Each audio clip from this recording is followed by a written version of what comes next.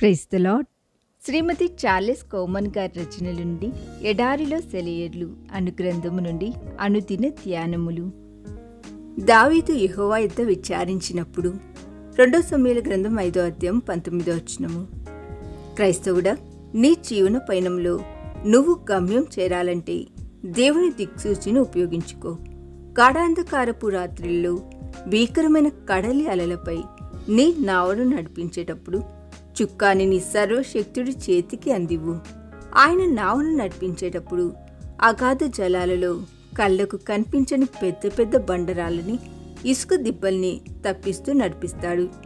ఒక ప్యూరిటన్ భక్తుడు ఇలా అన్నాడు: ఒక క్రైస్తవుడు తనకు తానుగా గమ్యం చేరాలని ప్రయత్నిస్తే తప్పక మునిగిపోతాడు.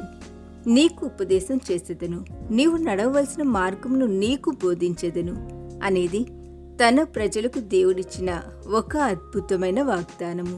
అలాగైతే అపోస్తలుడైన పౌలులాగా మనం కూడా మన కలవరాలను, చింతలను దేవుని వద్దకు తీసుకువెళ్ళి, ప్రభువా నేనేమి చేయవలెను అని అడగడం ఎంత క్షేమకరం. ఈ ఉదయకాలం ప్రభు వద్ద విచారణ చేయకుండా నీ ప్రార్థనా గదిని వదిలి వెళ్లకు. పాపము, మరణం ద్వారా దేవునికి మనకు మధ్య ఏర్పడిన అగాధాన్ని ప్రార్థనా శక్తితో క్రీస్తనే వారెతిపై దాటి వెళ్ళు. ప్రార్థనా పొలంలో క్రీస్తు ప్రశస్తమైన రక్తం యొక్క శక్తి ద్వారా సైతానుని, లోకాన్ని, శరీరాన్ని చిత్తుగా ఓడించగలం. మబ్బులు ముసురుకున్న, జడివానలు జడిపిస్తున్న, వరదలు అడ్డొస్తున్న ఆపకు నీ పయనాన్ని. సాగిపో ముందుకు, చేరుకో గమ్యాన్ని. పొగమంచు దట్టంగా పట్టిన, దారి కనిపించకపోయినా, శరీరం అలసట చెందిన ఆపకు నీ పయనాన్ని.